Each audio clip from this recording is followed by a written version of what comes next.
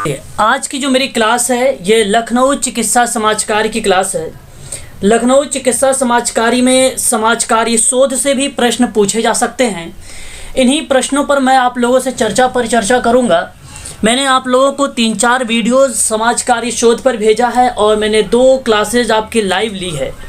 तो प्रश्न हमारे सामने ऐसे ही एग्ज़ाम में पूछे जाएगा और प्रश्न आएगा कि समाजकार्य शोध किस प्रकार की खोज है। आपके सामने 4 ऑप्शन होंगे। वैज्ञानिक पद्धति का उपयोग, ऑप्शन बी होगा सेवार्थी को अच्छी प्रकार की सेवाएं प्रदान करना, ऑप्शन सी होगा संख्यात्मक या संख्यात्मक सब तथ्यों की संकल्पना करना, उपर्युक्त सभी। ये प्रश्न आपके सामने होगा समाज कार्य शोध को लेकर किस प्रकार की खोज है, बताइए। Option D, very good. यहाँ पे आपने सही जवाब दिया है डी का। अगर मैं आपसे कहूँ जो समाज कार्य शोध है वो एक ऐसी खोज है जिसके अंतर्गत वैज्ञानिक पद्धति का उपयोग करते हुए कुछ ऐसे उपायों की खोज की जाती है जिससे सेवार्थी व्यक्ति, समूह और समुदाय को अच्छे ढंग से सेवाएं प्रदान की जा सके और समस्या का समाधान प्रभावी ढंग से किया जा सके। जहां तक समाजकार्य शोध को लेकर मात्रात्मक शोध का प्रश्न उठता है, वहीं अगर हम बात करते हैं मात्रात्मक शोध और गुणात्मक शोध एक प्रकार का समाजकार्य का शोध कहलाता है। तो यहाँ पे सही जवाब ऑप्शन नंबर आपका डी वाला करेक्ट माना जाएगा। आगे बात करते हैं क्वेश्चन नंबर हम सेकंड की। मात्रात्मक शोध में किस प्रकार की तर्क पद्धति का उपयोग किया जाता है या प्रयोग किया जाता है? बात दोनों एक है, उपयोग प्रयोग। तो जरा बताएं मात्रात्मक शोध में किस प्रकार का तर्क पद्धति का प्रयोग किया जाता है, बोलिए। डी सही जवाब। यहाँ पे नहीं डी नहीं होगा, विवेचात्मक नहीं होगा, ठीक है। बी ओके, परिणात्मक। चलिए ठीक है, वेरी गुड। यहाँ पे क्वेश्चन नंबर सेकंड का सही जवाब बी वाला करेक्ट आएगा, परिणात्मक तर्क पर आधारित है। अच्छा, अगर मैं आपसे प्रश्न बनाकर पूछूं कि संख्यात्मक तथ्य की संकल्पना किस तर्क की पद्धति पे आधारित है, बताइए। संख्यात्मक, यहाँ तो मात्रात्मक है, देखिए यहाँ पे मात्रात्मक है, बात को समझिएगा। एक पद्धति होती है संख्यात्मक तथ्य, जहाँ पे नंबर के आधार पे डेटा लिया जाता है, डेटा आंकड़े लिए जाते हैं। तो जब आप उसकी कॉन्सेप्ट की अवधारणा को आप तर्क पर आधारित करेंगे तो वो कौन सा तर्क बनेगा? तो आप ध्यान रखिएगा, वहां पे बनेगा निगमनात्मक तर्क। क्या बनेगा? निगमनात्मक तर्क बनेगा। तब आपका ऑप्शन ए करेक्ट होता, परंतु यहाँ पे ऑप्शन बी आपका करेक्ट होगा। ऑप्शन नंबर बी आपका यहाँ पे करेक्ट होगा। ध्यान रखेंगे इस चीज को भी आप सभी लोग। आगे बात करते हैं क्वेश्चन नंबर थर्ड। शोध के संदर्भ में द रोमांस ऑफ रिसर्च एक पुस्तक ये लिखी गई है, उस विद्वान का नाम बताना है। मैंने शायद आप लोगों को पढ़ाया भी है, इसके बारे में बता भी चुका हूँ। हाँ, रेडमैन मोरी, वेरी गुड। यहाँ पे करेक्ट जवाब ऑप्शन नंबर ए आपका सही माना जाएगा, वेरी गुड। यही ऑप्शन आपका सही है। क्वेश्चन नंबर अगर हम 4 की बात करते हैं, अवलोकन जो है अवलोकित का मतलब होता है ऑब्जर्वेशन, अवलोकन। सामग्री का संभावित का मतलब होता है संभाव्य का मतलब होता है प्रोबेबिलिटी, ठीक है। अब प्रोबेबिलिटी का जो अर्थ होता है वो बताता है कि जहां पर किसी डेटा को लेने में सामान्य सी तकनीकी का प्रयोग किया जाए, एज नॉर्मली चीज़ों का प्रयोग किया जाए, जहां पर भेदभाव ना हो, वो संभावित होता है। और गैर संभावित वो होता है जहां पर भेदभाव होते हैं, जहां पर सोशल वर्कर अपने सुविधा अनुसार चलता है, वो गैर संभावित होता है, नॉन प्रोबेबिलिटी होता है। वो एक प्रोबेबिलिटी होता है, एक नॉन प्रोबेबिलिटी होता है, ठीक है। तो अवलोकित सामग्री का संभावित साधारणीकरण एवं सत्यापन करते हुए पर्याप्त कर्म विषयक और व्यवस्थित पद्धति है। शोध के संदर्भ में किस विद्वान की परिभाषा है? क्वेश्चन नंबर 4 बताएं जवाब।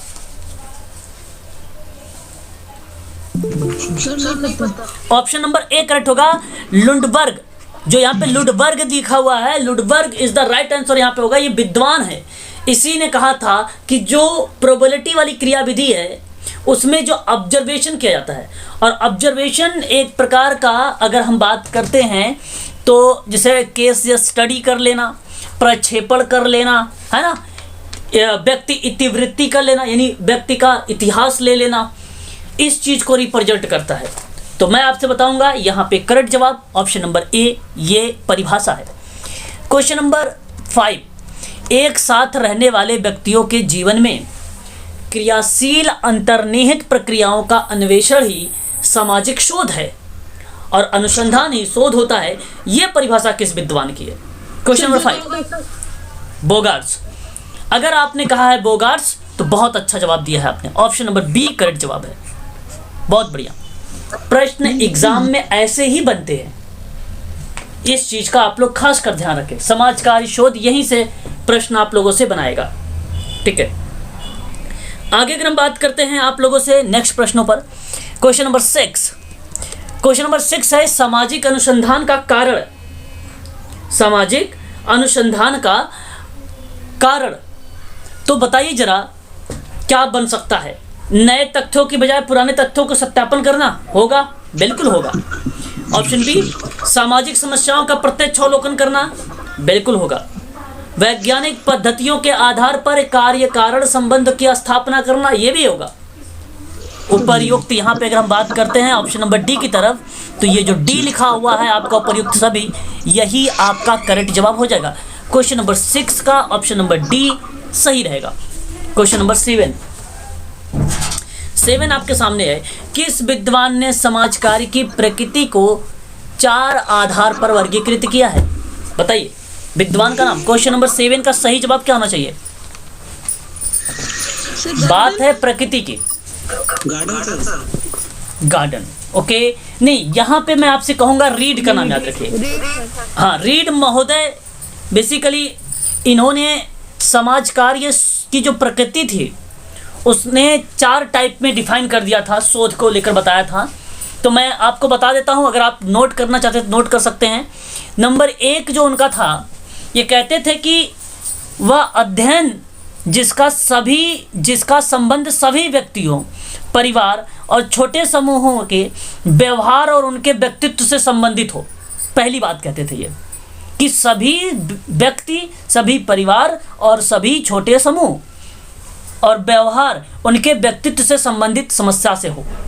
एक तो इनका ये था प्रकृति को लेकर समाजकारी शोध में। दूसरा उन्होंने बताया था, याद रखेंगे, सामाजिक संगठन, समुदाय एवं सामाजिक नीति का अध्ययन कर देना। सामाजिक नीति का अध्ययन कर देना, तो ये इनका दूसरा टाइप था वर्गीकरण में।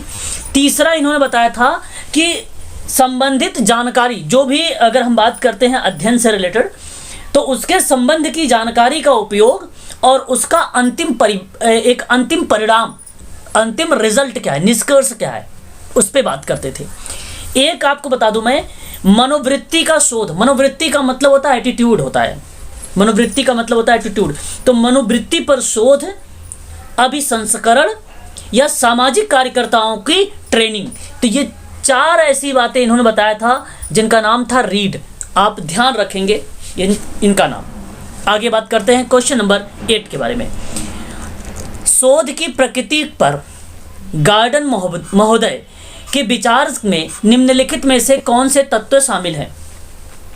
अब आपके सामने है क्वेश्चन नंबर 8। तो गार्डन महोदय ने शोध की जो प्रकृति बताई थी, उन्होंने बेसिकली 3 टाइप बताया था। इनका अगर हम बात करते हैं तो 3 टाइप था। एक इन्होंने कहा था कि सामाजिक समस्याओं का समाधान कर दो, और 2 या अधिक समूहों के मध्य एक संबंध को व्यवस्थित कर दो।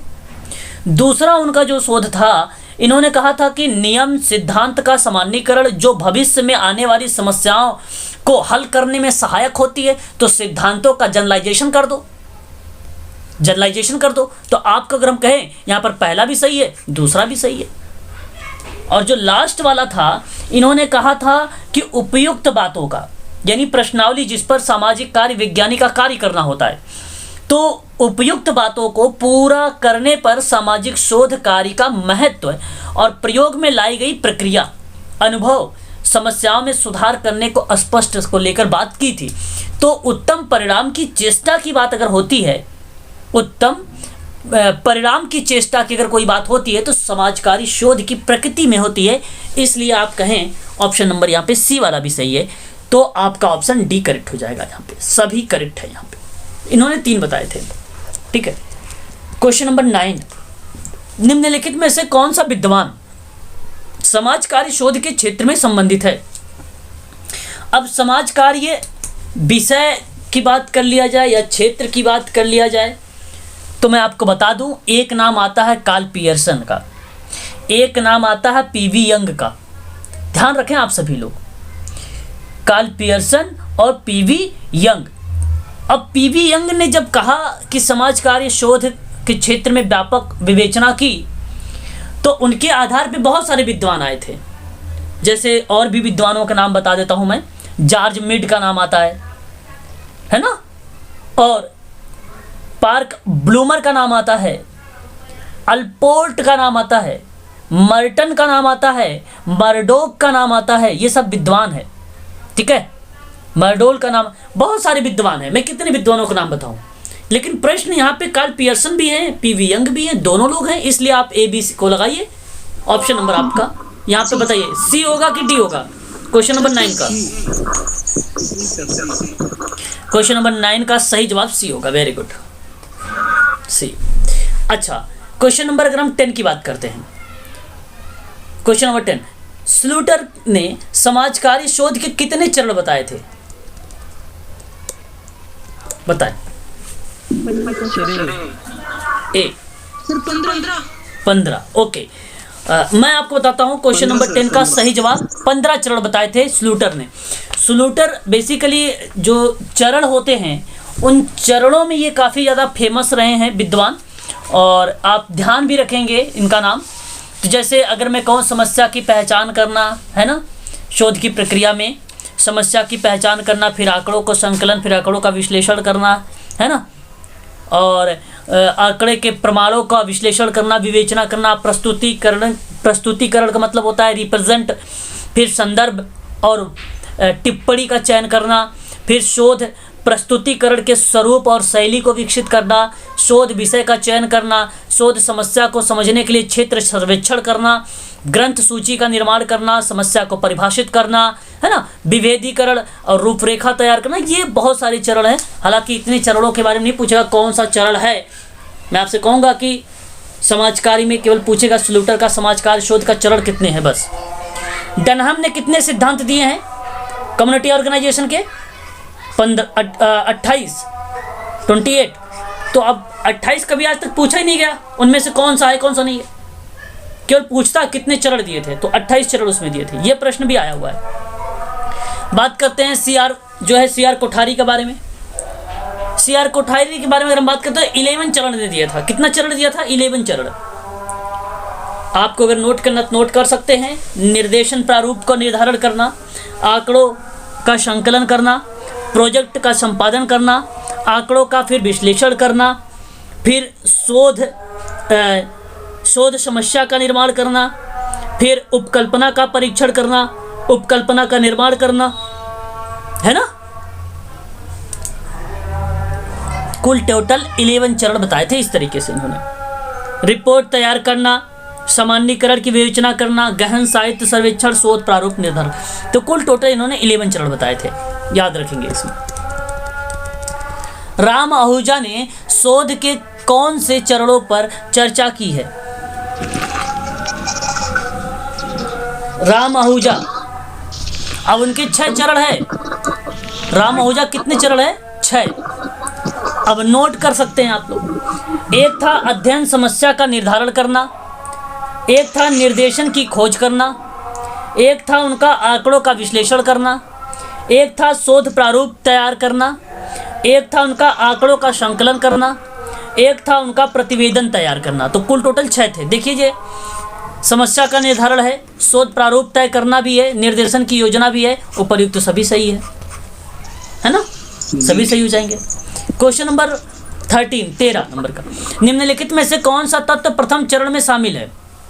बताइए। 13 क्वेश्चन नंबर 13 कि प्रथम चरण में शामिल। देखो, अगर हम बात करते हैं सामाजिक शोध में, तो एक तरीका है, आप नोट कर सकते हैं, पीएचडी कैग।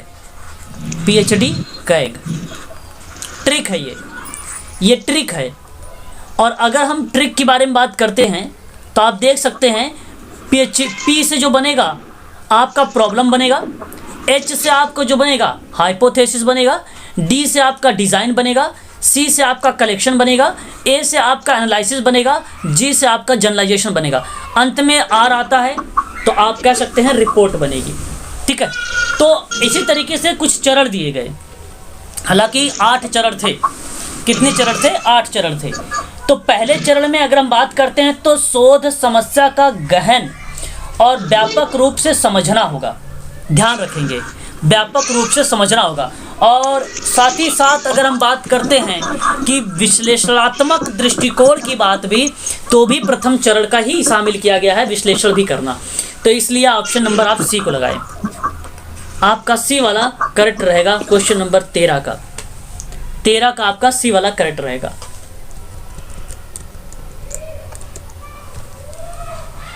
क्वेश्चन नंबर 14, निम्नलिखित में से कौन सा शोध समस्या का प्रकार है? तो शोध समस्या का प्रकार क्या हो सकता है, बताइए। शोध समस्या का प्रकार, एक तो अनुसंधान समस्या को स्पष्ट रूप से एक कथन के रूप में परिभाषित कर देना। इसका क्या मतलब बनता है जानते हैं आप लोग? समस्या की विभिन्न पहलू क्या है, उसकी प्रकृति क्या है, उसके अन्वेषणी प्रकृति की अस्पष्टता का क्या स्रोत है, समस्या का क्षेत्र, सीमाएं जो आसानी से उसके नियंत्रण में रह सकती है, विस्तृत जानकारी भी होनी चाहिए। उसके लिए कहा है कि शोध समस्या को स्पष्ट रूप से एक कथन के रूप में व्याख्या कर देना। तो ये बात होनी चाहिए, पहला आपका सही है। दूसरा अगर हम बात करते हैं पूर्व कार्यकर्ताओं के द्वारा किए गए शोध, समाज विज्ञानी दूसरे अनुसंधानकर्ता के द्वारा जो शोध निष्कर्ष हैं उसको समझकर उनका प्रयोग समस्या के प्रतिपादन में करते हैं। इसलिए शोधकर्ता को इस ज्ञान का लाभ उठाकर उसे अध्ययन के विषय क्षेत्र में सीमित कर देना चाहिए। इसलिए शोध समस्या का एक प्रकार बन जाएगा। ये भी विकल्पों की भूमिका क्या हो सकती है? तो समस्या के प्रतिपादन में जो शोध प्रक्रिया है उसके विभिन्न चरणों में एक से अधिक विकल्प शोधकर्ता के सामने होते हैं और उसे सबसे अधिक प्रभावी पूर्ण साधन का चयन करने का अवसर भी मिलता है। इसलिए विकल्पों का भूमिका होती है। उपर्युक्त सभी यहाँ पे करेक्ट जवाब हो जाएंगे। और भी होता है जैसे वैज्ञानिक शब्दावली का प्रयोग करें, अनुसंधान उपभोक्ता का प्रयोग हो, वैकल्पिक साधन की कुशलता का परिशमन हो, है ना, यानी सीमाएं हो, ये भी होता शामिल। ठीक है, तो और भी चीज़ें हैं, इसको भी ध्यान रखना है साथ ही साथ। क्वेश्चन नंबर यहाँ पर जो होगा 14 का ऑप्शन नंबर डी सही रहेगा। क्वेश्चन नंबर 15, एक बार म्यूट हो जाइए। देखिए कोई अनम्यूट है, उनकी आवाज़ बैकग्राउंड आ रही है ना, एक बार म्यूट हो जाइए। क्वेश्चन नंबर 15 देखिए, निम्नलिखित में से कौन साहित्य समीक्षा का महत्व होता है? बताइए। साहित्य समीक्षा का महत्व के बारे में अगर हम बात करें तो ये दूसरे नंबर का लिटरेचर ऑफ रिव्यू बोलते हैं इसको। ठीक है, तो निम्नलिखित में से कौन सा साहित्य समीक्षा का महत्व होता है? पहला ऑप्शन है अनुसंधान के आधारों पर या आधारों का सिद्धांत स्थापित करना। दूसरा है अनुसंधानकर्ता को दिशा प्रदान करना। तीसरा है साहित्य पद्धति को उचित चुनाव के संबंध में मार्गदर्शन देना। ऑप्शन डी है उपर्युक्त सभी। तो साहित्य समीक्षा को जब इम्पोर्टेंस आप लोग देंगे तो क्वेश्चन नंबर 15 का सही जवाब बन जाएगा ऑप्शन डी, क्योंकि ये सारे के सारे सही हैं। उसके आधार पर सिद्धांत स्थापित होते हैं। मैंने पहले ही बताया है कि शोध से सिद्धांत निकलते हैं और शोधकर्ता को दिशा प्रदान होता है, इस बात से तो सहमत ही होंगे आप लोग। और साहित्य पद्धति का उचित चुनाव के संबंध में मार्गदर्शन मिलता है। जैसे आप न्यूज़पेपर पढ़ लेते हैं, है ना, मैगजीन पढ़ लेते हैं, तो ये लिटरेचर ऑफ रिव्यू होता है। तो साहित्य पद्धति का उचित चुनाव होता है, वहाँ से हमें बहुत सारी चीज़ें मिलती है, तो मार्गदर्शन देना। तो ये इंपॉर्टेंस है, इसलिए ऑप्शन नंबर डी सही रहेगा आपका। यहाँ पर ऑप्शन नंबर डी सही रहेगा। क्वेश्चन नंबर हम बात करते हैं 16 के बारे में। किस विद्वान ने उद्देश्य तथा परिकल्पना निरूपण के संदर्भ में अस्थायी परिकल्पना के निर्माण को वैज्ञानिक विधि का एक आवश्यक पद माना है? क्वेश्चन नंबर 16, इसका सही जवाब क्या होना चाहिए? परिकल्पना और उद्देश्य के आधार पर बनाया गया है। तो 16 का सही जवाब अगर हम बात करते हैं तो लुडबर्ग और यंग के महोदय ने जो उद्देश्य और परिकल्पना निरूपण में अस्थायी परिकल्पना का निर्माण करके वैज्ञानिक विधि को एक आवश्यक पद के रूप में जाना है। इसलिए आप सभी लोग यहाँ पे लुडबर्ग और यंग महोदय को ही लगाएं। मैं आपको एक नाम और बताता हूँ, जांच डब्ल्यू वेस्ट के अकॉर्डिंग वैज्ञानिक परिकल्पना शोध के परिणाम का संकेत होता है, माना था इसने। जॉन डब्ल्यू बेस्ट ने क्या माना था? वैज्ञानिक परिकल्पना शोध के परिणाम का संकेत माना है। ये वीडियो रिकॉर्डेड है, अभी आप लोगों को जैसे ही क्लास समाप्त होगी रिकॉर्डेड वीडियो आप सबको मिल जाएगी और पीडीएफ ऑलरेडी आप लोगों के ग्रुप में पहुंच चुका है। आगे अगर हम एक विद्वान और नाम यहाँ पे अगर आप देखें तो सबसे ज़्यादा इम्पोर्टेंट गुड्डे का नाम आता है, गुड्डे महोदय का। और साथ ही साथ अगर हम बात करते हैं तो स्केटस भी आते हैं, गुड्डे और स्केटस। यहाँ पे गुड्डे हार्ट मत कर देना, ठीक है। उसने माना था कि जो प्रतिनिधित्व है, जो प्रतिचयन है, उस प्रतिचयन का एक छोटा सा भाग जब प्रतिनिधित्व होता है तो उसे हम सैंपलिंग कहते हैं। ये बात गुड्डे एंड हार्ट ने बोला था। यहाँ पे गुड्डे एंड स्केटस के बारे में मैं बात कर रहा हूँ। गुड्डे एंड स्केटस ने कहा था कि परिकल्पना एक अनुमान है। परिकल्पना का मतलब होता है हाइपोथेसिस, हाइपोथेसिस होता है। और हाइपोथेसिस में जानते हैं दो प्रक्रिया होती हैं। एक प्रक्रिया वो होती है कि एक अच्छी चीज़ को, बात को समझिएगा, एक अच्छी चीज़ को खराब बताया जाए तो वहाँ पर ये हाइपोथेसिस आपका टाइप 1 एरर हो जाता है, अल्फा इसको बोलते हैं, अल्फा। अच्छी चीज़ क्या है? दूध है। बताइए जरा, दूध पीने से स्वास्थ्य खराब होता है? कभी नहीं होगा। तो परिकल्पना ये आपका पहला एरर हो जाएगा, पहला एरर हो जाएगा। दूसरा एरर आपको बताता है बीटा, म्यूट हो जाइए, बीटा बोलता है। जो दूसरा बीटा है, बीटा में बताता है खराब चीज़ को अच्छी। जैसे बहुत लोग कहते हैं बियर पीने से शरीर स्वस्थ बनती है, तो ऐसी कंडीशन में बीटा लगता है। ये टाइप 2 एरर होता है। तो परिकल्पना में दो टाइप के एरर होते हैं। परिकल्पना बेसिकली आप ध्यान रखें कि एक अच्छी चीज़ को खराब बता देना, खराब चीज़ को अच्छी बता देना, तो परिकल्पना की जांच होने लगती है ऐसी कंडीशन पे। तो परीक्षण जांच होने के बाद ही परिकल्पना का निर्माण होता है, ठीक है। जहाँ पे दो वेरिएबल हों, दोनों वेरिएबल को समानता के रूप में देखा जाए तब परिकल्पना का निर्माण होता है। जिसे बालक बालिकाओं का शैक्षिक स्तर देखा जाए कि बालक कितने तेज हैं, बालिकाएं कितनी तेज हैं पढ़ने में, तो उनके जब शैक्षिक जब आप सार्थकता का स्तर देखेंगे तो वहाँ पे इसको हम यूज करते हैं परिकल्पना का, हाइपोथेसिस में, ठीक है। और स्केटस ने क्या बोला था? कहा था परिकल्पना का एक अनुमान है जिसे अंतिम अथवा अस्थायी रूप में किसी निरूपित तथ्य दशाओं के रूप में जब व्याख्या होती है तो उसको हम स्वीकार कर लेते हैं। लेकिन यहाँ पे दशा के रूप में नहीं था, अस्थायी परिकल्पना का निर्माण हो रहा था। इसलिए ऑप्शन नंबर आपका पहला सही रहेगा, ठीक है। क्वेश्चन नंबर 17, परिकल्पना एक अनुमान है जिसे अंतिम अथवा अस्थायी रूप से किसी निरीक्षण तथ्य अथवा दशाओं की व्याख्या हेतु स्वीकार किया हो एवं जिससे अन्वेषण को पथ प्रदर्शन प्राप्त किया हो। परिकल्पना निरूपण के संदर्भ में किस विद्वान की परिभाषा है? अभी बोला था व्याख्या का स्वीकार करना, अस्थायी रूप में निरीक्षण करना। अभी मैंने बात किया था क्वेश्चन नंबर 17 पे। हाँ, गुड्डे and skates, very good. Option number आपका डी, वेरी गुड, यहाँ पे यही होगा।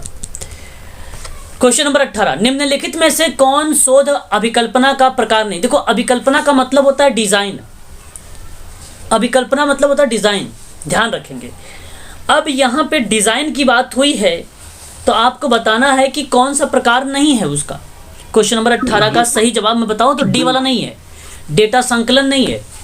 देखो, अनुभाविक एकरूपता जो है ये एक टाइप मान लिया जाएगा। अगर हम बात करते हैं आदर्श प्रारूप का तो यह एक टाइप मान लिया जाएगा। अगर हम बात करते हैं विश्लेषणात्मक वेरिएबल का तो भी एक प्रकार का मान लिया जाएगा, ठीक है। तो ये एक प्रकार के अगर हम देखें कहीं ना कहीं टाइप बन जाता है हाइपोथेसिस का, सॉरी डिजाइन का। किसका? डिजाइन का। तो याद रखें इसका सही जवाब ऑप्शन नंबर डी, डेटा संकलन आपका यहाँ पे नहीं होगा, ये उसके प्रकार के अंतर्गत नहीं आता है। इस चीज को आप सभी लोग जो है ध्यान रखेंगे, ठीक है। आगे बढ़ते हैं, नेक्स्ट क्वेश्चन क्वेश्चन नंबर 19, निम्नलिखित में से अभिकल्पना का महत्व क्या होगा? जी कुछ पूछ रहे हैं? 18 का कौन सा ठीक है सर? 18 का डेटा संकलन आपका नहीं होगा, यहाँ पे ऑप्शन नंबर डी। इसमें पूछा था नहीं, डी नहीं होगा। हाँ, ये नहीं पूछा था, इसलिए डी नहीं होगा आपका यहाँ पे। अच्छा, आगे हम बात करते हैं क्वेश्चन नंबर 19 की बात। कह रहा है कि अभिकल्पना का महत्व है क्या? देखिए इंपॉर्टेंस, वास्तव में जब रिसर्च होता है तो उसका एक दिशा सूचक यंत्र के सामने होता है, ये जो सही दिशा का निर्धारण करता है। जो शोध में अभिकल्पनाओं का बहुत महत्व होता है, तो अभिकल्पनाएं हमारे अध्ययन के उद्देश्य को निर्धारित करती हैं। तो यह हमें बताती है कि किन तथ्यों का संकलन करना है और किन तथ्यों का संकलन नहीं करना है, तो हमको ये बताती है अभिकल्पना। तो अगर हम लोग बात करें इस टॉपिक पर, तो यहाँ पे इस क्वेश्चन का सही जवाब तथ्यों का संकलन में सहायक होना, यह आपका सही होगा। अध्ययन का उचित दिशा प्रदान करना, यह आपका सही होगा। अध्ययन के उद्देश्य का निर्धारण करना, यह सही होगा। अच्छा, एक ऑप्शन और भी बन सकता है, सिद्धांत निर्माण में सहायक हो सकता है, यह भी हो सकता है ना, ये भी शामिल हो सकता है। उपरयुक्त सभी के सभी करेक्ट जवाब हो जाएंगे इस प्रश्न का, क्वेश्चन नंबर 19 का। ठीक है, याद रखिएगा, अच्छा प्रश्न था। नमूना अभिकल्प। अब नमूना का मतलब होता है सैंपल। मैंने कल भी आप लोगों को थोड़ा सा चर्चा किया था, है ना।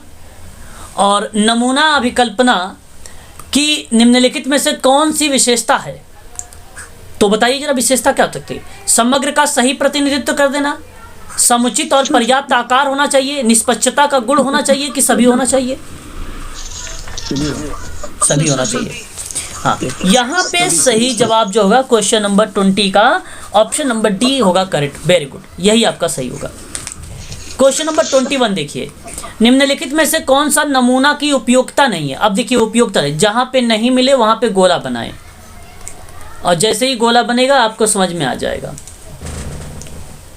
आप बताएं जरा, कौन सी उपयोगिता नहीं है? डाटा सर्वेक्षण।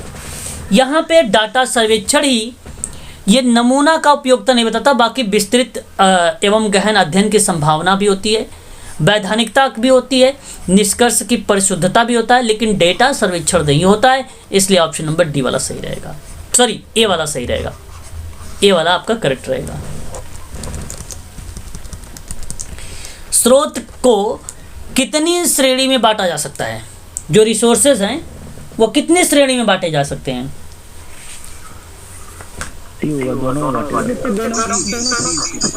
दोनों में।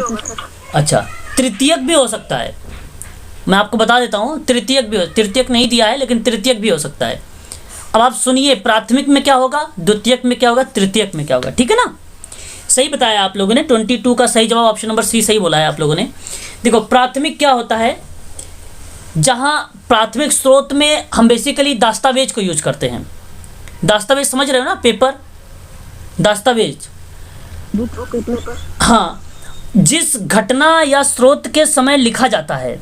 तो प्राथमिक स्रोत में अगर हम बात करते हैं पत्र को लेकर, बुक को लेकर, डायरी को लेकर, आत्मकथा को लेकर, साक्षात्कार को लेकर, आधिकारिक रिपोर्ट को लेकर, अदालत के रिकॉर्ड के लेकर, और तस्वीर को लेकर, चित्र को लेकर, तो वो प्राथमिक स्रोत होता है।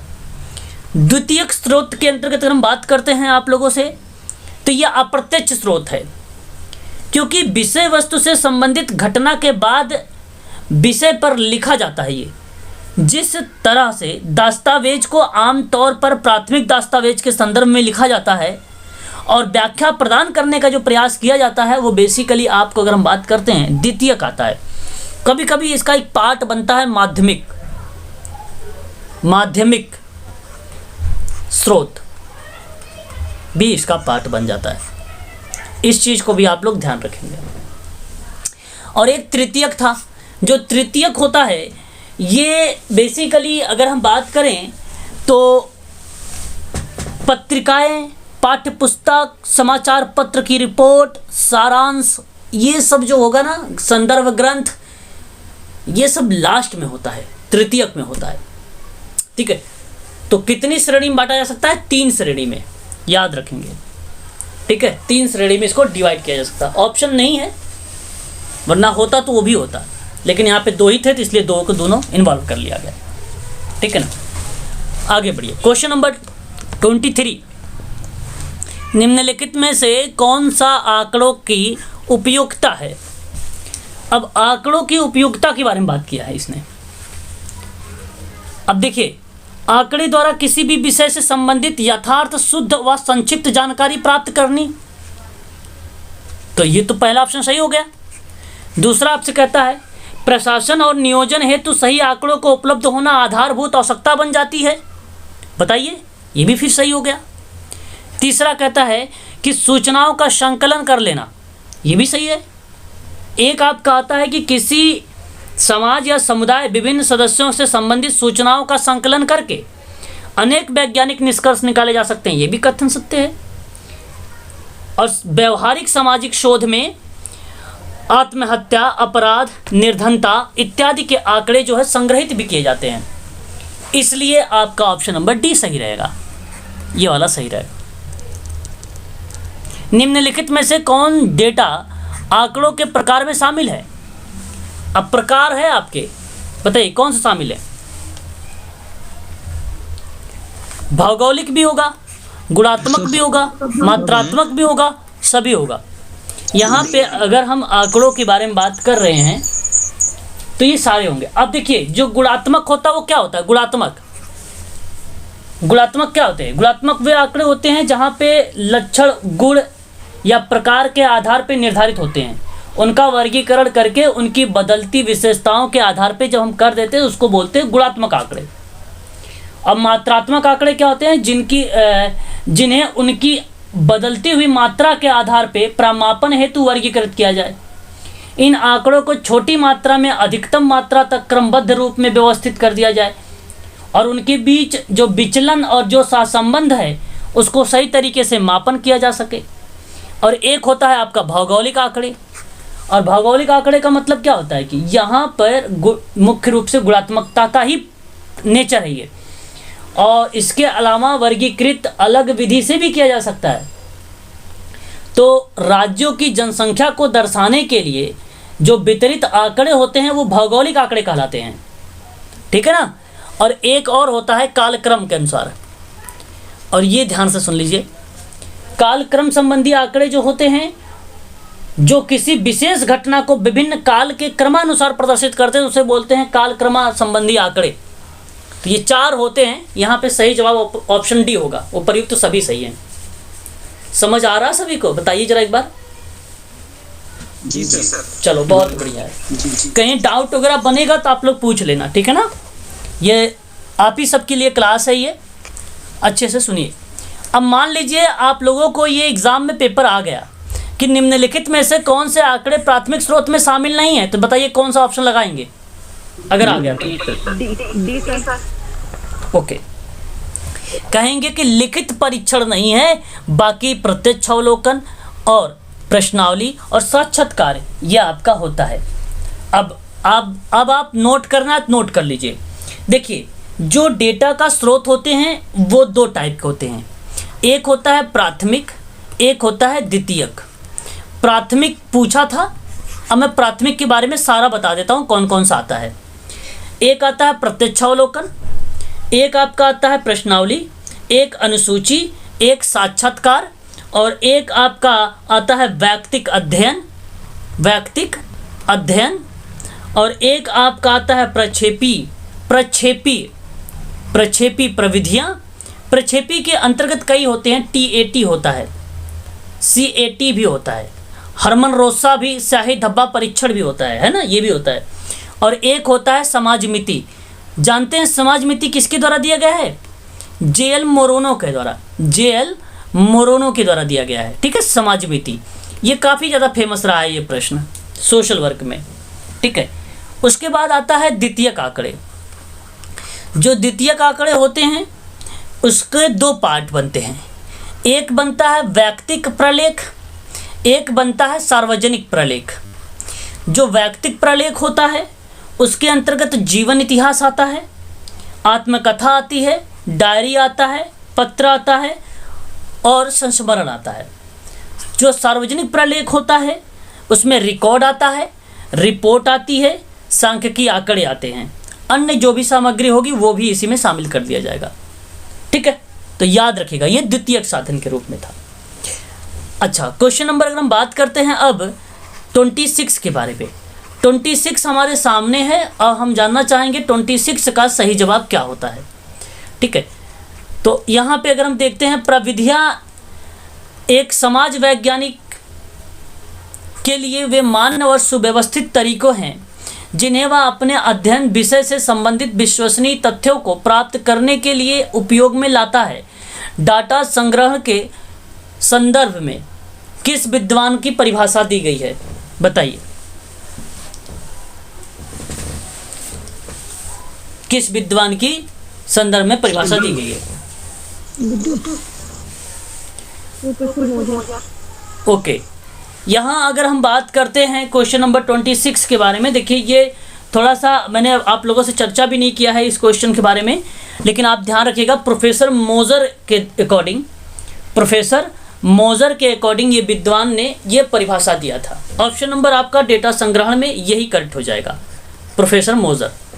क्वेश्चन नंबर 27, तथ्य प्रक्रमण प्रक्रिया को डैश कहा जाता है जो आंकड़े को नियमित रूप से संचालित करता है, बताइए क्या बोलेंगे उसको। 27 डेटा प्रोसेस बोलेंगे, तथ्य प्रक्रमण प्रक्रिया को डेटा प्रोसेस कहेंगे। ठीक है, ऑप्शन नंबर आपका पहला वाला ही सही माना जाएगा। किसी भी विषय से संबंधित तथ्य और जानकारी को इकट्ठा करना, इसके विषय से संबंधित उसका विश्लेषण करना, अंतिम उद्देश्य तक पहुंचना, सूचनाओं को बदलना या सूचनाओं को सही तरीके से अध्ययन करके उसे समाज की मुख्य धारा से जोड़ना आपका कहलाता है तथ्य प्रक्रमण प्रक्रिया। और तथ्य प्रक्रमण प्रक्रिया को ही डेटा प्रोसेस कहते हैं। ऑप्शन नंबर पहला सही रहेगा। क्वेश्चन नंबर 28, विषय वस्तु से संबंधित विचार को कहा जाता है, बोलिए क्या बोला जाता है? विषय वस्तु से संबंधित विचार को कहा जाता है, क्या बोला जाता है? डेटा विश्लेषण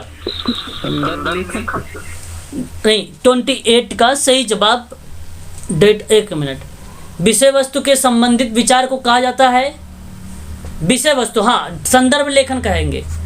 अगर हम बात करते हैं विषय वस्तु के बारे में, ठीक है, तो यहाँ पे करेक्ट जवाब जो होगा आपका संदर्भ लेखन होगा। अब संदर्भ लेखन विषय वस्तु से संबंधित विचार होते हैं जिसका उपयोग करके शोध कार्य में बढ़ोतरी की जाती है। जहाँ तक समाज कार्य में संदर्भ शैली का प्रश्न है, तो इस शोध प्रतिवेदन लेखन में और पैराफ्रेजियम के रूप में जब हम देखते हैं तो शोध प्रतिवेदन लेखन तैयार करते हैं। तो मैं आपसे कहूँ कि यहाँ पे संदर्भ लेखन ऑप्शन जो रहेगा विषय वस्तु से संबंधित, ये विचार आपका करेक्ट रहेगा। ऑप्शन नंबर बी करेक्ट रहेगा, बी वाला सही माना जाएगा। ठीक है भाई, सही बताया है आपने जवाब, option number B. Question number 29, निम्नलिखित में से कौन प्रतिवेदन से संबंधित मूलभूत तथ्य, मूलभूत को बोला जाता है बुनियादी, बताइए जरा। 29 का सही जवाब क्या होना चाहिए? तो आप कहेंगे कि प्रतिवेदन प्रस्तुत करने के उद्देश्य से जानकारी होनी चाहिए, प्रतिवेदन बनने में ग्राफ की भी ज़रूरत होती है और अध्ययन की विधियों की भी ज़रूरत होती है। ऊपर सभी उपर्युक्त सभी सही हो जाएंगे। ऑप्शन नंबर डी वाला सही मान लिया जाएगा। क्वेश्चन नंबर 30, निम्नलिखित में से कौन रिपोर्ट लेखन की विशेषताएं हैं? 30 का सही जवाब क्या होना चाहिए? सरल भाषा, वैज्ञानिक विवेचना, आवश्यक निष्कर्ष, उपर्युक्त सभी आपका यहाँ पे करेक्ट जवाब हो जाएगा। ऑप्शन नंबर आपका डी वाला सही मान लिया जाएगा। ऑप्शन नंबर डी आपका करेक्ट मान लिया जाएगा। पैराफ्रेजम का अर्थ क्या होता है? बहुत अच्छा प्रश्न है, पैराफ्रेजम पूछा है, पैराफ्रेजिंग का अर्थ पूछा है आप लोगों से, पैराफ्रेजम का। क्वेश्चन नंबर 31 का सही जवाब होता है अभिव्यक्त का एक अन्य तरीका है पैराफ्रेजम। पैराफ्रेजम को बोला जाता है उद्धरण देने का कार्य तथा कथित कथन कहा जाता है, कथित कथन कहा जाता है। तो जहाँ वैज्ञानिकता से तात्पर्य बनता है विषय वस्तु का अध्ययन व्यवस्थित और चरणबद्ध तरीके से करना। जहाँ तक उदाहरण देने का प्रश्न है, उदाहरण का मतलब उदाहरण को जो समाज कार्य शोध के 8 चरणों से होकर गुजरा है। ठीक है, तो मैं आपसे कहूँगा कि पैराफ्रेजिज्म का अर्थ लगाएं अभिव्यक्ति या अन्य या अतिरिक्त तरीका, यानी शोध के संदर्भ में विषय वस्तु की अनेक दृष्टिकोण से व्याख्या करने को पैराफ्रेजिज्म कहा जाता है। जब आप कभी भी विषय वस्तु के दृष्टिकोणों पर चर्चा करेंगे तो जब व्याख्या करेंगे तो कई अर्थ निकल सकते हैं, उसी को बोलते हैं पैराफ्रेजिज्म। ऑप्शन नंबर आपका सही हो जाएगा, पहला वाला, अभिव्यक्त करने का अन्य तरीका। ठीक है, आगे बढ़िए। क्वेश्चन नंबर जो है आपके सामने है यहाँ पर 32, और 32 के बारे में अगर हम लोग बात करते हैं यहाँ पे, तो हमारे सामने है कि सांख्यिकी शब्द के आधुनिक अर्थ का प्रचलन 18वीं सदी में सर्वप्रथम किस विद्वान ने किया था? प्रोफेसर किंग का जवाब आ रहा है, लेकिन यहाँ पे अगर हम बात करते हैं प्रोफेसर किंग नहीं होंगे, गॉटफ्राइड आकेनवाल होंगे। ऑप्शन नंबर आपका सही माना जाएगा। 18वीं शताब्दी में जो सांख्यिकीय संकल्पना दिया था इन्होंने दिया था, और सांख्यिकीय शब्द को इन्होंने बताया था 2 टाइप का होता है, एक होता है एक वचन, एक होता है बहुवचन सांख्यिकी। जो एक वचन होता है इसका क्या मतलब बनेगा? एक वचन और बहुवचन। बहुवचन का मतलब देखिए सीधा है, तथ्य और सामग्रियों को आंकड़ों से होता है। जहां व्यापार, राष्ट्रीय आय, वाणिज्य, आयात निर्यात संबंधी जो प्रक्रिया होती है वो बहुवचन को रिप्रेजेंट करती है। एक वचन यानी इंडिविजुअल से रिप्रेजेंट करेगी। तो दो ही टाइप बताए गए थे। आगे अगर हम बात करते हैं यहाँ पे क्वेश्चन नंबर 33 के बारे में, सांख्यिकी अनुमान और संभावित का विज्ञान है। सांख्यिकी के संदर्भ में किस विद्वान ने परिभाषा दिया है? सांख्यिकी स्टैटिक्स इसको बोलते हैं, स्टैटिक्स इसको बोलते हैं। तो सांख्यिकी आप ध्यान रखेंगे सभी लोग, प्रश्न बहुत अच्छा है। इसका सही जवाब होगा बोडिंगटन, जिन्होंने कहा था सांख्यिकी अनुमान और संभावित का विज्ञान है। अगर हम बात करते हैं कार्नर के बारे में, तो कार्नर ने क्या बोला था कि सांख्यिकी किसी प्राकृतिक और सामाजिक समस्या से संबंधित माप की गणना या अनुमान का क्रमबद्ध व्यवस्थित ढंग से जिससे अंतर संबंधों का परीक्षण हो उसको बोलते हैं सांख्यिकी। तो ये कार्नर ने बोला था। अगर वहीं हम बात करते हैं प्रोफेसर किंग महोदय के बारे में, तो गणना के अनुमान के संग्रह के विश्लेषण द्वारा प्राप्त परिणाम सामूहिक प्राकृतिक और सामाजिक घटनाओं का निर्णय किस रीति से किया जा रहा है, राज्य से संबंधित लेखा जोखा का कार्य में निपुणता के बारे में बताया जा रहा है, तो वो सांख्यिकी बता रही है। वो परिभाषा थी प्रोफेसर किंग की। बात आती है रॉबर्टसन के बारे में। तो बलिस और रॉबर्ट्स एक विद्वान हैं, ये इन्होंने सांख्यिकी तथ्यों के परिणात्मक पहलुओं को संख्यात्मक विवरण बताया था। ठीक है, तो ये भी आप लोग ध्यान रखेंगे। क्वेश्चन नंबर 34, निम्नलिखित में से कौन सांख्यिकी की उपयोगिता नहीं है? Question number 34। अब उपयोगिता देखिए, एक तो सरल होता है, संख्यात्मक स्वरूप होता है, तुलना होती है, सहसंबंध होता है, व्यक्तिगत और अनुभवी ज्ञान में वृद्धि होती है, नीति निर्माण में पथ प्रदर्शक होता है, भविष्य का पूर्वानुमान होता है, सिद्धांतों का उपकल्पना की जांच करना होता है। बताइए कहीं मैंने डेटा विश्लेषण बोला है? बताए नहीं ना? नहीं। तब ये आपका सही हो जाएगा। ऑप्शन नंबर डी इसने पूछा था, नहीं है, उपयोगिता नहीं। Option number D. देखिए यहाँ पे सांख्यिकी समाज कार्य में जो सांख्यिकी का उपयोगिता बताई जा रही है वो समाज कार्य शोध का विश्लेषण जब आप चरण करते हैं तो वहाँ पे आता है डेटा का संकलन करना, फिर विश्लेषण करके लक्ष्य को चुनाव करना, ये सही है आपकी। लेकिन प्रश्न है सांख्यिकी की उपयोगिता, समाज कार्य शोध की नहीं, सांख्यिकी की है। सांख्यिकी का मतलब होता है स्टैटिक्स, इसकी व्याख्या है। ठीक है, ये है क्वेश्चन नंबर आपके सामने 35। सांख्यिकी की सीमाओं को लेकर किस विद्वान ने परिभाषा दी है? देखिए कार्नर ने भी दिया था और बोडिंगटन ने भी दिया था, रॉबर्टसन ने दिया था। अब परिभाषा पूछा है किस विद्वान ने दी है, किस विद्वान ने दी है? तो अब आप कंफ्यूज हैं कि सांख्यिकी सीमाओं को लेकर बात है, वहाँ पे सांख्यिकी की परिभाषा इन लोगों ने, लेकिन उसकी सीमाएं कुछ हैं। उस सीमाओं को लेकर अगर कोई परिभाषा दिया है तो क्रॉस्टन एवं काउडन ने दिया है। देखिए सीमाएं हैं ये, ठीक है, याद रखेंगे ये सीमाएं होती हैं। जैसे सीमाएं क्या है, सांख्यिकी के द्वारा मात्र सजातीय आंकड़े जहाँ पे तथ्यों और सामग्री की तुलना की जा सके, ठीक है। सांख्यिकी एक महत्वपूर्ण सीमा है। इसमें परिणाम दीर्घकाल में औसत के रूप में सत्य होता है, ठीक है। व्यक्तिगत इकाइयों का अध्ययन संभव ही नहीं होता है इसमें। तो इसने कुछ सीमाएं बताई थी। दायरा, ऑप्शन नंबर आपका पहला सही रहेगा। सांख्यिकीय अन्वेषण के दौरान अन्वेषणकर्ता कौन है? आप लोग हैं, को डैश चरणों से होकर गुजरना पड़ता है। बताइए कितने चरणों से होकर गुजरना पड़ता है? जी 5। नाम बताएं। 5 इज द राइट आंसर। एक होगा आपका होगा डेटा का, जी डेटा कलेक्ट, हाँ डेटा एकत्र करना। आपकी आवाज़ सर नहीं आ रही है। डेटा एकत्र करना।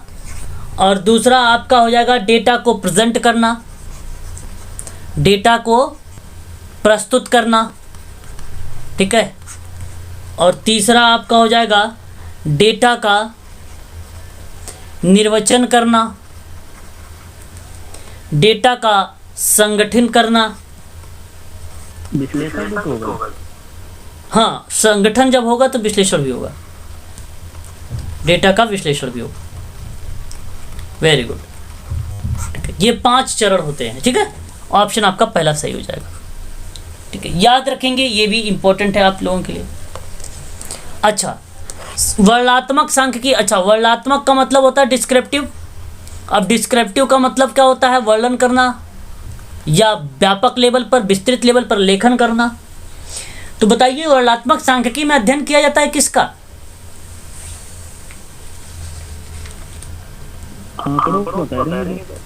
ओके, तो मैं आपसे बताता हूँ यहाँ पे, हाँ, विषय वस्तु का विश्लेषण करना, व्यवहारिक ज्ञान का विश्लेषण करना, शोध का विश्लेषण करना। उपर्युक्त सभी सही हो जाएगा यहाँ पे। इसका सही जवाब जो होगा ऑप्शन, देखो व्यवहारिक ज्ञान को भी विश्लेषण कर देगा। भाई वर्णनात्मक का मतलब क्या होता है? डिस्क्रिप्टिव का मतलब क्या होता है? भाई जो चीज़ें हो उसको डीप में लिखा जाए, अच्छे से पढ़ा जाए, है ना, उसके कथनों को। तो यहाँ पे शोध का विश्लेषण होना, व्यवहारिक ज्ञान का भी विश्लेषण होना, विषय वस्तु का भी विश्लेषण होना, ये सभी आता है वर्णनात्मक सांख्यिकी में। ऑप्शन नंबर डी सही रहेगा। क्वेश्चन नंबर 38, पैरामेट्रिक टेस्ट के माध्यम से डैश के बारे में विस्तृत धारणाएं बनाई जाती हैं। बताइए जरा क्या बनाई जाती है, कौन सी धारणाएं बनाई जाती है? बताएं।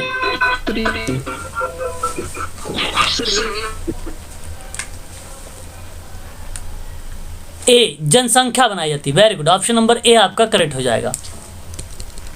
निम्नलिखित कथनों पर विचार कीजिए जरा। कह रहा है आपके सामने कि आंकड़े तथ्यों के वे समूह हैं जो अनेक कारणों से पर्याप्त सीमा तक आप प्रभावित होती है। सही है। और आंकड़े संख्यात्मक रूप में व्यक्त किए जा सकते हैं। बिल्कुल, ऑप्शन नंबर सी सही होगा। पहला और दूसरा दोनों सही है। अगेन विचार करिए। आंकड़े द्वारा किसी भी विषय से संबंधित यथार्थ, शुद्ध और संक्षिप्त जानकारी प्राप्त की जा सकती है। बिल्कुल, अभी तो आपको पढ़ाया भी है, बताया भी आप लोगों को। सही है जी। किसी क्षेत्र में विकास से संबंधित परियोजना का सफलता सही आंकड़ों के संकलन पर निर्भर करती है। बिल्कुल सही है, ऑप्शन नंबर सी सही हो जाएगा। कुल टोटल 8 चरण होते हैं। कितने चरण होते हैं? 8। अब यहाँ पे 4 चरण है। जरा बताइए 4 चरण यहाँ पे कौन कौन से सही माने जाएंगे? देखिए, समस्या का चुनाव करना सबसे पहले होगा, है ना। फिर आपका होगा विषय संबंधी साहित्य समीक्षा, लिटरेचर ऑफ रिव्यू, दूसरे नंबर पे आ जाएगा। तृतीय आपका आ जाएगा कि शोध में उद्देश्यों को स्पष्ट करना। चौथे लेवल हो जाएगा कि उपकल्पना का स्पष्ट रूप से व्यक्त करना। तो आपका 1 2 3 4 यानी आपका आ जाएगा 1 4 3 2 1 ऑप्शन नंबर 1 4 3 2 ऑप्शन नंबर आपका डी करेक्ट है। मैच कर लीजिए, ऑप्शन नंबर डी सही रहेगा, है ना। 42 इसको सर दोबारा समझा दीजिए इसको। देखिए, आप पीएचडी याद रखें, पीएचडी कैग। पहले प्रॉब्लम आती है, प्रॉब्लम मतलब समस्या का चुनाव करना, नंबर 1। नंबर 2 आता है हाइपोथेसिस, लेकिन हाइपोथेसिस से पहले मैं आपको बता दूं, इन दोनों के बीच में आता है लिटरेचर ऑफ रिव्यू, साहित्य समीक्षा आता है इन दोनों के बीच, जो किताब वगैरह पढ़ के भी लिख सकते हैं, देख कर भी आप रिसर्च बना सकते हैं। तो दूसरे नंबर पे देखिए साहित्य सर्वेक्षण दिया हुआ है। तीसरे नंबर पर आपका हो गया फिर DH हाइपोथेसिस। हाइपोथेसिस की हिंदी होती है उपकल्पना, तीसरे नंबर पर। एक मिनट, उद्देश्य को स्पष्ट करना। देखिए यहाँ पे थोड़ा सा प्रश्नों में डीप चला गया है, लेकिन अगर मैं ट्रिक बता रहा हूँ तो भी ये सही है, ठीक है, ट्रिक भी सही है। लेकिन यहाँ पे जो तीसरा हो जाएगा, शोध के उद्देश्य को स्पष्ट करने के बाद ही उपकल्पना बनेगा, ठीक है। उपकल्पना जो बनेगी वो उपकल्पना और इसके बीच में, साहित्य समीक्षा के बीच में जो पॉइंट आता है वो उद्देश्य को स्पष्ट करने के लिए आता है, ठीक है ना। तो मैं आपसे कहूँगा कि ये आपका करेक्ट रहेगा, यहाँ पर भी, यहाँ पर करेक्ट रहेगा, ठीक है। तो तीसरे का आपका बन जाएगा तीसरा से, चौथा आपका हाइपोथेसिस बन जाएगा, ठीक है। ऑप्शन नंबर यहाँ पर डी वाला सही हो जाएगा। बताइए एक और प्रश्न। शोध संबंधित तथ्यों का वर्णन व निष्कर्ष के बीच अंतर स्थापित करना विश्लेषण कहलाता है। क्या ये सही है? बिल्कुल सही है, आपका ये करेक्ट जवाब है। परिमार्जन आंकड़ों का विश्लेषण का एक चरण है? नहीं, परिमार्जन मतलब मॉडिफिकेशन होता है, ठीक है, ये विश्लेषण का चरण नहीं है। ऑप्शन नंबर केवल पहला सही है यहाँ पे, ठीक है ना। बताइए, निम्नलिखित कथनों पर विचार कीजिए कि विश्लेषण प्रक्रिया की समाप्ति के बाद कार्यकर्ता निर्वचन की तैयारी करता है। क्या ये सही है स्टेटमेंट? बिल्कुल सही है। बात आती है कि आंकड़ों के समाधान तथा प्रथम चरण संपादन, तो प्रथम चरण संपादन नहीं होता है, गलत जवाब, पहला, यहाँ पर केवल पहला वाला सही है, ठीक है। अब जरा इसको देखिए, आपको परिमार्जित करना, आप बताइए जरा, परिमार्जन, पर्यवेक्षण और उसके बाद संपादन, फिर परीक्षण, किन किन चरणों से होकर गुजरता है? तो मैं आपसे बताऊं, जो प्रथम चरण हो जाएगा वो आपका पर्यवेक्षण हो जाएगा, और जो आपका द्वितीय चरण होगा वो आपका परीक्षण हो जाएगा, जो तृतीयक हो जाएगा वो आपका परिमार्जन हो जाएगा, जो चतुर्थ हो जाएगा वो संपादन हो जाएगा। ये चरण बन जाएगा ऑप्शन नंबर सी की तरफ। यह आज का लास्ट प्रश्न ले लीजिए, कल भी हम लोग जो है इसी के आगे और भी प्रश्न है उसको भी करेंगे। अब यहाँ पर मीनिंग समझाया गया है, पर्यवेक्षण, परीक्षण, परिमार्जन, संपादन का मतलब क्या होता है आपको बताया गया है मीनिंग। तो अगर हम बात करते हैं पर्यवेक्षण को लेकर, तो पर्यवेक्षण कहेंगे किसको? आंकड़ों की विशिष्टता का अवलोकन जो करता है उसको पर्यवेक्षण के माध्यम में रखेंगे। अगर वहीं हम बात करते हैं परीक्षण की बात, किसकी बात? परीक्षण की बात, तो परीक्षण होगा एक अनुभवी सामाजिक कार्यकर्ता की सहायता से की जाती है परीक्षण, ठीक है। और परिमार्जन क्या होता है? परिमार्जन पुनरावलोकन होता है। और संपादन क्या होता है? गुणात्मक सुधार में या गुणात्मक सुधार की सहायता किया जा सकता है, ये आपका हो जाता है फिर क्या, ठीक है, संपादन। ऑप्शन नंबर आपका डी वाला, बी वाला सही है, बी वाला आपका करेक्ट हो जाएगा, ठीक है। तो आज के लिए बस इतना ही रखिए। ये लखनऊ चिकित्सा समाजकार्य की क्लास है, और ये बेसिकली महत्वपूर्ण प्रश्नों को आप लोग देखे रहिएगा, बहुत इंपॉर्टेंट क्वेश्चन है, और भी क्वेश्चन इंपॉर्टेंट है, उसके बारे में हम लोग जो है कल चर्चा करेंगे अभी, ठीक है। आज के लिए बस इतना ही।